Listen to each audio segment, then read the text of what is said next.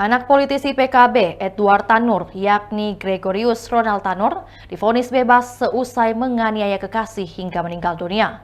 Adapun Hakim Eruntua Damanik menjadi sorotan seusai memberikan vonis bebas. Lantas, inilah harta kekayaan Hakim Eruntua Damanik. Dikutip dari Tribun Sumsel, harta Eruntua Damanik sebesar 8 miliar rupiah.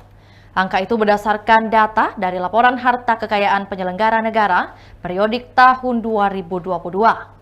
Kekayaan itu terdiri dari tanah dan bangunan, alat transportasi dan mesin, harta bergerak lainnya, serta kas dan setara kas. Hakim Eruntua Damanik tercatat tidak memiliki hutang. Sementara sosoknya menjadi sorotan publik lantaran memberikan vonis bebas kepada Ronald Tanur.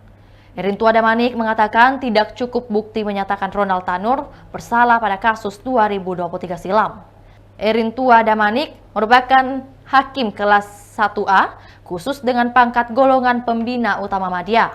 Sebelumnya, Eruntua Damanik pernah menjabat sebagai Humas Pengadilan Negeri Medan pada tahun 2019.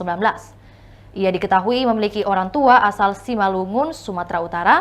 Pada tahun 2020, Eruntua Damanik dipindahkan ke Surabaya. Sederet sidang kasus besar yang pernah ditanganinya, yakni Ketua Majelis Hakim yang memvonis mati terdakwa Suraida, pembunuh Hakim Jamaluddin di PN Medan pada tahun 2019.